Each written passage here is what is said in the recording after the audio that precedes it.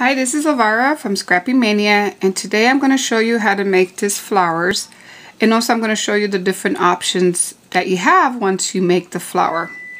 So the first thing that I'm going to go over is what I used, and I used a Mother K bouquet in actually this flower, and I cut it at 2 inches, or let me see, yeah, 2.5 inches. I cut it at 2.5 inches. The large flower, and then 2 inches the next size, the next flower. Okay, and then I also used my Martha Stewart. This one is the Martha Stewart Elegant Cake, and I used this this image here. And actually what I did is, because I have a gypsy, I welded these like 4 of these images together, and I made it almost 12. The length was 12 and half an inch. So half an inch wide, while the length is 12 inches long. Okay? But if you do not have the Martha Stewart cartridge and you just have the Mother Day Bouquet, what you can do is you can cut a strip half an inch, and then you can use Post-it stamp scissors, and you can cut along the edge on that Post-it on that strip, like so, and you will get this this strip. Okay, and that's the same thing as if you took the Martha Stewart cartridge and you welded it together to create this strip. The next thing I did is I took my distressing ink and I inked the edge and inked the edge on each of my flower. So after I did that, the next thing is you need to make some decisions here. Like for this flower, what I did is I used my glitter paint. Let me show you my glitter paint. And after I assembled the flower, I went ahead and put the ink, and I went ahead and put some iridescent paint on it. For this one, what I did is, if you can see it, let's see. I stamped some writing on it, and what I did is I used this Stampin' Up! Stamp. I colored it. I put some of this ink on it, and after I cut out the image, I put the image on the stamp. I used my brayer, and I braided against the stamp, and that what created the image here, or what you see here. I thought it gave it a nice little edge. Next thing, this one I used before I assembled the flower. I used some iridescent paint. I used a paintbrush, and I went ahead and painted the whole flower with this. I did not use glimmer mist, so it was less messy, and it gave me kind of the same effect that if I sprayed it with glimmer mist. You can also do the same thing if you mix this with a little bit of your watercolor or acrylic paint, or even with your ink, your inkers. It will give you the same effect as a glitter mist. The only thing, you will not get the mess, because you can control where you apply it, and you can control it with nice strokes.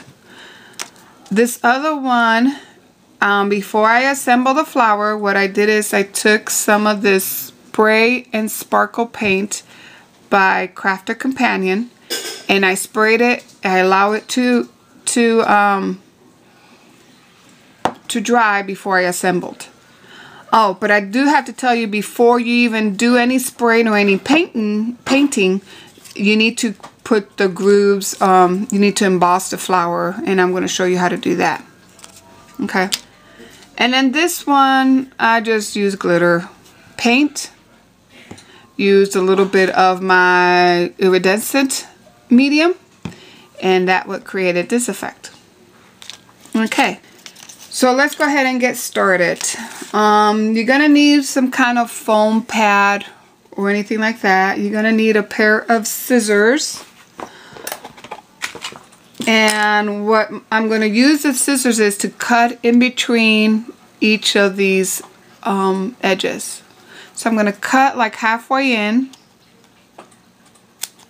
between each of those edges here. What this is going to do is going to allow me to feather out my spiral flower. So what are we creating is the center. And I want to, once I twirl it together or quill it, I'm going to feather out those petals, or these, I want to feather this out so that way I'll get a nice full flower.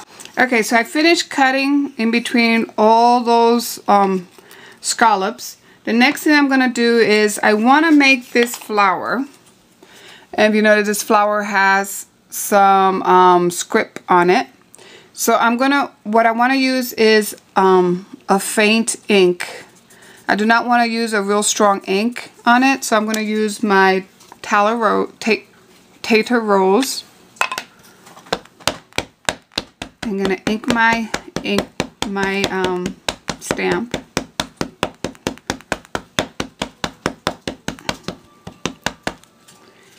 And then I'm going to take my strip and I'm going to roll it against the stamp. And that creates that nice faint script. So I'm done with that. Then I'm going to take each of my flowers, and I inked the edges already. But now I'm going to ink the whole flower with my stamp. For this, I'm going to use the brayer. So I'm going to lay it down on my stamp and you bray it across it. And see how pretty that comes out? Just like if it was a prima flower. You're going to do the same thing to the next petal. After you ink it, you lay it down and use the brayer. Okay, so we're done with that part. Now we need to emboss the flower, so I'll get that nice prima distinct edges. So for that you're gonna need an embossing tool, and you're gonna need the large embossing tool and the small embossing tool like this. In between each of these scallops, you're gonna just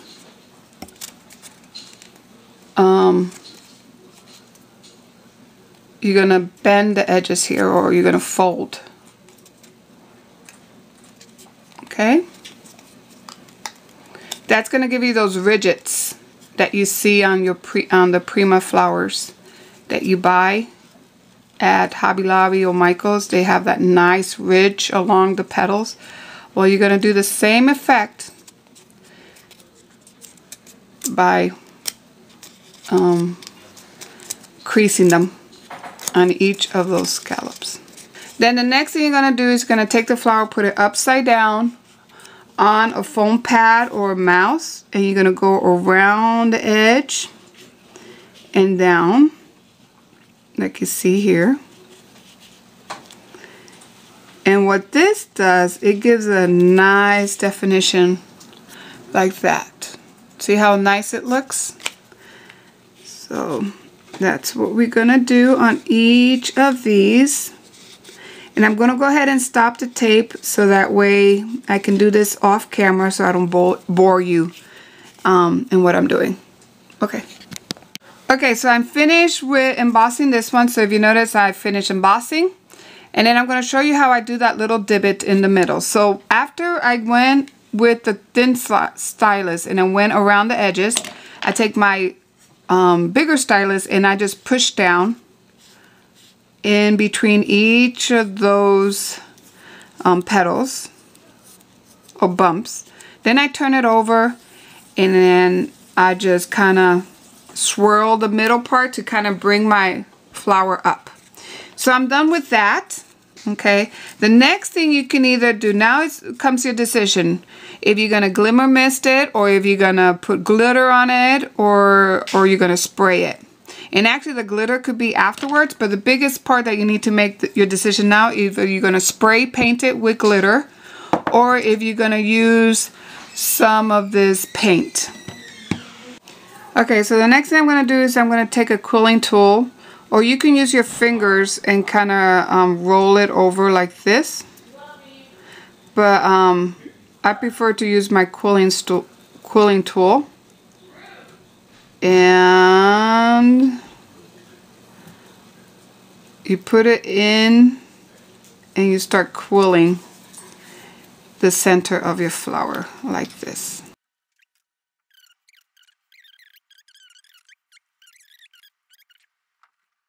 Just need a little dab of glue, not a lot. Then you're gonna press it.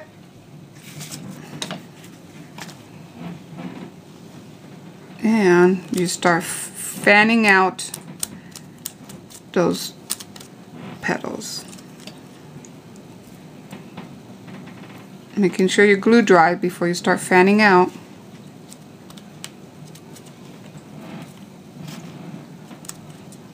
Okay, if you have a quick dry glue, that will also help, or you can use your glue gun.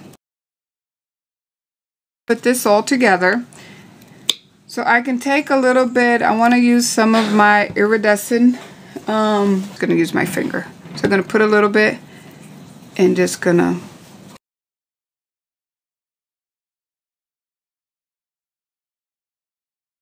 okay, now we gave it a chance to dry, so I'm going to put in glue in the center of the flower, a good amount. Then you're going to lay your flower and you're going to offset it a little bit. So you're going to put it in between the petals, like you see here. See how it's in between those petals? Okay. Then you're going to take the center,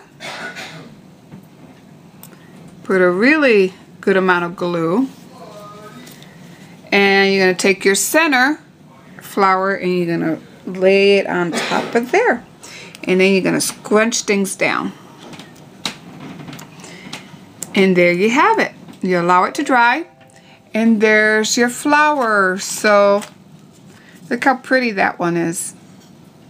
Okay, let's look at the other ones that I made again. This is very nice too with that glitter spray. And this one. And this one, as you can see here. Well, these are my flowers, and I hope you enjoyed the tutorial. And next, my next video is gonna be on creating this album with a bigger spine. I already showed you, if you looked at one of my videos, I showed you how to create this album. And I had to take elements out because it's kind of big for if you want to put nice three-dimensional embellishments. It kind of make your album kind of explode a little bit like that. So I went back to the drawing ball. This album was created by from a lady from the YouTube, and I'll put her link at the bottom. But I took her measurements and I redid them a little bit, made them a little, customized them a little bit, made it that I had a bigger spine, so that way when I put my three-dimensional elements in it, it will lay flat. Another thing that I did that is different from my last layout is I created a waterfall, and I'll show you how to do that. And I actually put in a lot more areas to put a lot more pictures in the album. Okay, so stay tuned to my next tutorial on how to create this album, and come back to see me for some more later. Thank you. Bye.